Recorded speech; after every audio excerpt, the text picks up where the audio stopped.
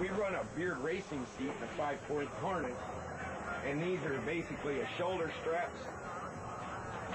Usually zip that up first, it helps too. Shoulder straps, then of course 2 lap belts, a cross belt, another shoulder one, and your other lap belt. It's designed to completely immobilize the upper body of the driver. That way, the roll cage absorbs the force of a crash, not the passenger. There's a quick release mechanism on there, which is real big. So if there's a rollover or a fire, you want to be able to disengage that entire harness system. And to combat methanol fires, a multi-layer protective suit was introduced. And this suit is designed to give him about 15 to 25 seconds of protection away from a fire. And there was one more innovation that actually cut down on accidental collisions. This clear plastic floor panel allows drivers to see what or who is below them when they're in the air. I used to drive with my head out the window so I could see what I was doing, because you can't see through the floor of a steel-bodied monster truck. You don't want to run over anything you're not supposed to run over, but also you want to make sure that you know where the truck is in relation to anything else on that field where you're racing.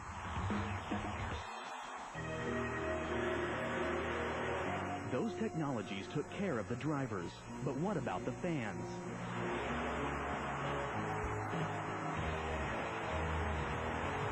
If a driver is knocked unconscious during a race, there's nothing to stop vehicles from careening into the stands.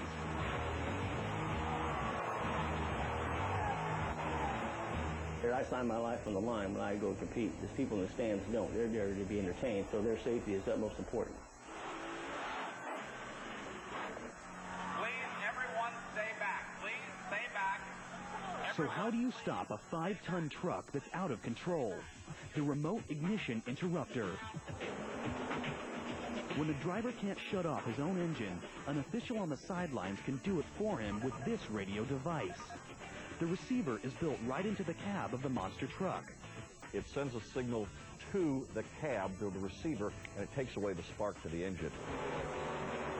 If a driver does roll over or get knocked unconscious, the idea is that once you're able to take that spark away from the engine, the truck will just roll to a dead stop. All these technological innovations allow monster trucks to take risks without risking lives. There's been a couple other times where they've used RIIs on me. The first thing you do is look what's going on and what has happened. Why were we shut off? You know, as a driver, we know to look for that. That's part of our job.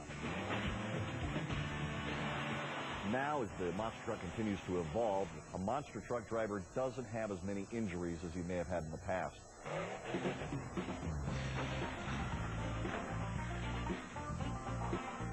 Back at the garage, Roy and the crew are attaching Bigfoot's body. And it's not a moment too soon. The truck has to drive out of the garage and straight to the race in less than a week.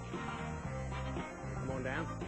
The team lowers Bigfoot 16's custom-painted skin onto the chassis. The airbrushing costs as much as $6,000, but the look is instantly recognizable to Bigfoot fans. In early monster trucks, the chassis and body were fused together, so any damage to the body required a major rebuild. As we progressed doing car crashes, we were wrecking our trucks more often, and the metal bodies are a major problem when you have to fix them.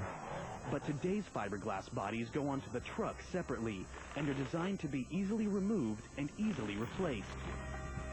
You just put some mounts, slide the fiberglass body on, you've got a vehicle that looks good until you roll it next time, then stick another body on it.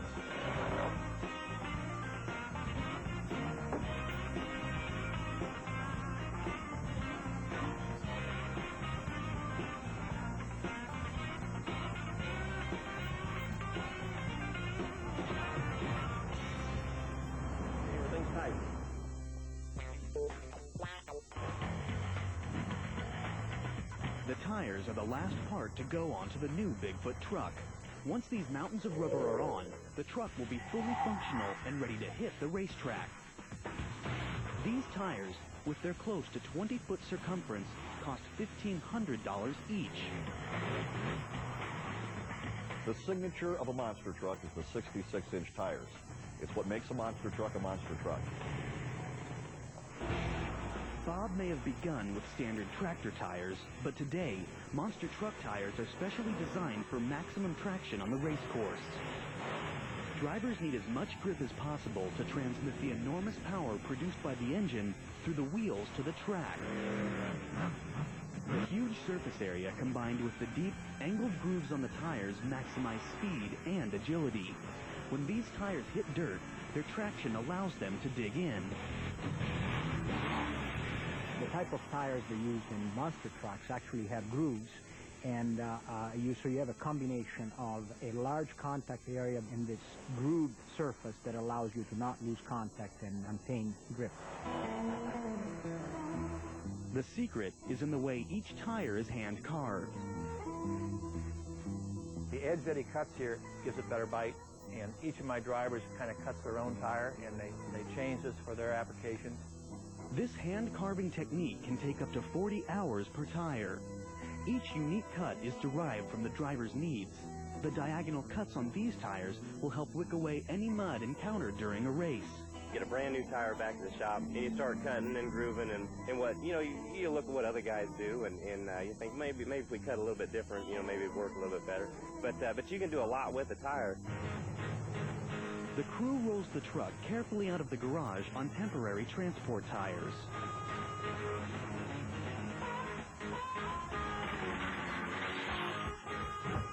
Rotate it a little bit. Today at Bigfoot 4x4, it's finally time to put down the tools. After 10 weeks of non-stop construction, this monster is complete. The new truck must get on the road to make it to the Vermont finals on time. There's no time to backtrack or second guess. The crew can only hope their creation is up to the challenge.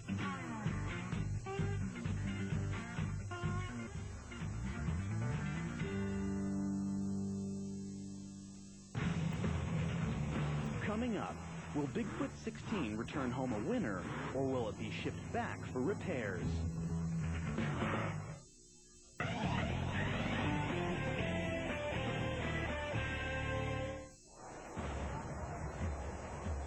Here at the Champlain Valley State Fairgrounds outside Burlington, Vermont, the New England Four-Wheel Jamboree is underway. I like the fact that the monster trucks are loud and fast and puts on a good show.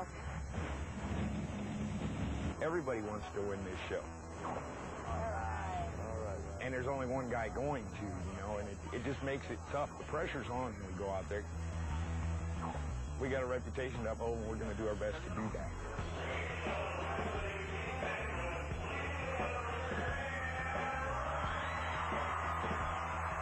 Dan Runte hopes he has the edge with the brand new, fully loaded Bigfoot. It took 10 weeks of non-stop labor from a crew of master mechanics. They've staked their reputation on how the truck performs here today. But taking an untested truck into competition could be a disaster.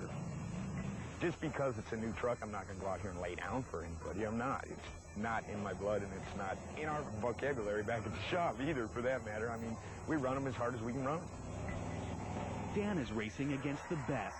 This event has drawn some of the best-loved monster trucks in the country. My favorite monster truck is the Avenger because he's really good at freestyling. My favorite monster truck is the Raminator. It's louder than all the other ones. Among the fan favorites are the Dodge trucks, Raminator and Ramunition, driven by Mark Hall and his brother-in-law, Dale Benier. Every one of these guys runs hard, they run strong. They got good teams behind them. Everybody's got good equipment, got good power. I don't look past anybody. The main competitor is going to be Bigfoot for us. He's a really good driver. He's been around for a long time, so we'll try to go after him. The Avenger, with its distinctive 57 Chevy body, is owned and operated by Jim Kohler. Everybody that you'll see on a monster truck show has the potential of winning that show. It's just that they want to make it happen that day. If it's in the rhythm form, it's in the cards, the luck of the draw, whatever, it's there. Everyone wants to win, but with its reputation as the original monster truck, Bigfoot has the most to lose. one of the day's events is the freestyle. A brazen display of jumps, spins, and tricks that showcase a driver's skill and win support from the crowd. You're out there by yourself, the jumps, you just become one with the track, you and the truck just flow. You can do donuts, you can do sky wheelies, flat wheelies, you know, sky it out. Fresh out of the shop, it's Bigfoot 16's first competition test.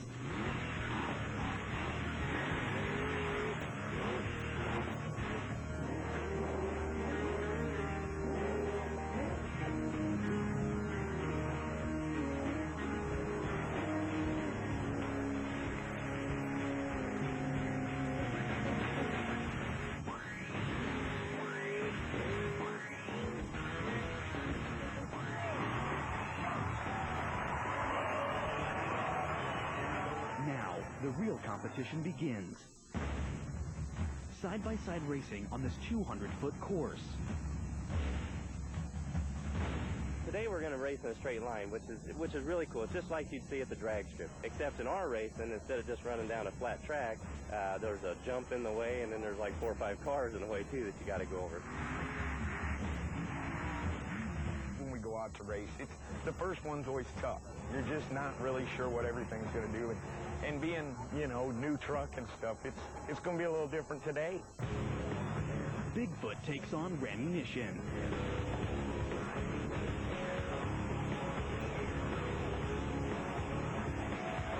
The second jump almost topples Rammunition, and Bigfoot crosses the finish line first.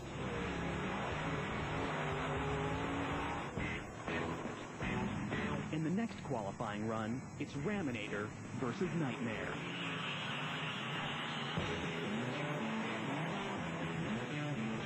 Raminator's win means it will go up against Bigfoot in the finals. Do I get nervous? Yeah, a little bit. I mean, you know, the pressure's there. The pressure as well as the name and upholding what we've got. This is it. The trucks line up nose to nose.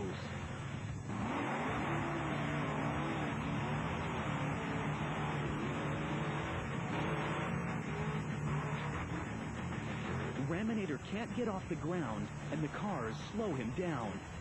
And Bigfoot wins by a split second. We brought the truck out for the first time today, you know, and after several rounds of racing, we actually ended up winning. We got great guys at the shop. We've been at this for 30 years, and just to come right out of the box and do that, it's just awesome, you know. We couldn't ask for a better day, actually. My favorite monster truck is Bigfoot because he's really fast at racing. Bigfoot is the king of monster. He's just got the technology, the money to back it, and he never fails. He's always on the throttle.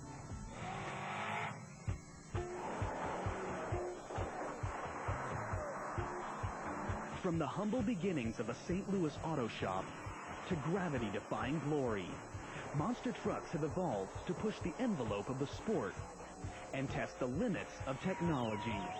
People that come with that idea that they're just going to go see a great big old truck, and then once they kind of get in there and they see how it works, they think, whoa, wait a minute, there is a lot more to this than what I thought.